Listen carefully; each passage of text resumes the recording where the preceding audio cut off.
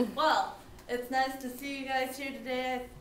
I welcome you here, and if you're new, I would like to tell you that we're finishing our series of Under Pressure, and throughout the last couple weeks we've been talking about what it's like to be under pressure. We've talked about what pressure is. We talked about pressure under the stress of money, under the stress of family, pressure in relationships, work for us students, school, and our finals.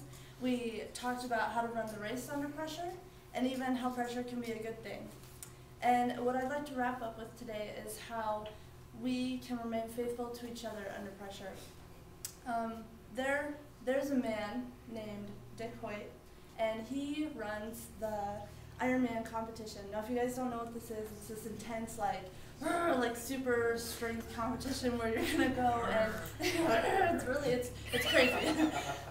You swim for 2.4 miles, and then right after swimming, you get out of the water and you get on a bike, and then you ride your bike for 112 miles, and then right after you get off your bike, you go and run for 26.2 miles.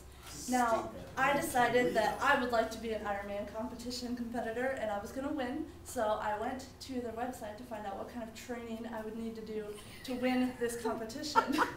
So, to win an Ironman competition, I would need to work out 1 to 2 times a day, and this isn't your petty 2-hour or 20-minute. I lifted weights and then I rested for 10 minutes, and so I worked out for 20 minutes a day, and I'm just no, this is like intense 1 to 2 hour workouts a day, like hour-long workouts. And then on top of that, you need to do a lot of physical training, so lifting weights, you need to go running, all kinds of strange whatever, like you do all kinds of crazy stuff to like work all the muscles of your body. And on top of your physical training, 5 to 6 hours a week, you also include 8 to 18 hours of additional training. Now, this can be running or practicing your swimming or trying to beat your score, whatever, but you need to do a lot of intense training. And Dick Hoyt did all of this with his son. They're labeled Team Hoyt, but he's a little different. His son, Ricky, was born with severe brain damage, so while he was swimming, he carried him on a boat, or he carried the boat attached to him. And while he was biking, his son was in front of him. And while he was running, he pushed him in kind of like sounds bad, but a little stroller thing. And we're going to watch a little bit of the 2008 Ironman competition. And you guys can understand a little bit about what they've done and how he was faithful to his son.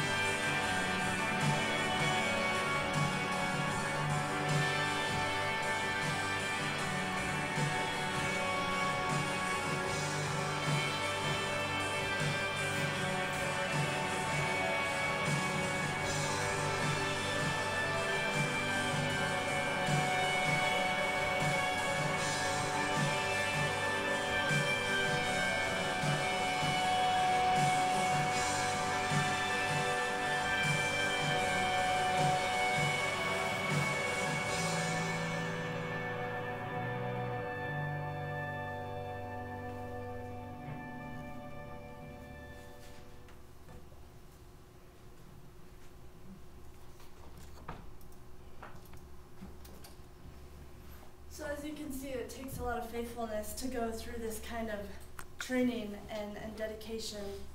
And as I was preparing for this today, I wanted to really understand the word faithful, since that is the main point of what Paul's talking about. And so I went to the dictionary to figure it out, and it defines it as strict or thorough in the performance of duty, true to one's word, promises, or vows, and steady in allegiance of affection, loyal, and constant. And as we look through the last passage in Philippians, we see that Paul's thanking the Philippians for being faithful to him in his time of suffering.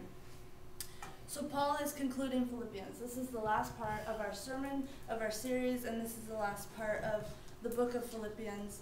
And so he's putting in the very last, like, if you were going to write to your friend and tell them everything about what you wanted to tell them, this is the ending statement. This is what he really wants to drive home. And so he begins verse 14 with the word yet, which means that we need to back up a little bit to verses 10 through 13. And what he's telling them is that he's grateful that they have renewed their concern for him. Now, it doesn't necessarily mean that they've stopped being concerned for him, but now they have a chance to do something about their concern. So, in a sense, I have a friend, and she is very, very reliant, self-assured, and she doesn't ask anyone for help. And I care so much about her, and I'm looking and waiting for a chance, always, to just be able to help her. And that comes sometimes, very sometimes, only little bits of our friendship. And when she's like, Jackie, I need this, I am so able to just be like, I love you, like, I really want to help you. And that's kind of what Paul's talking about. Like, he's thankful that they have renewed their concern in him.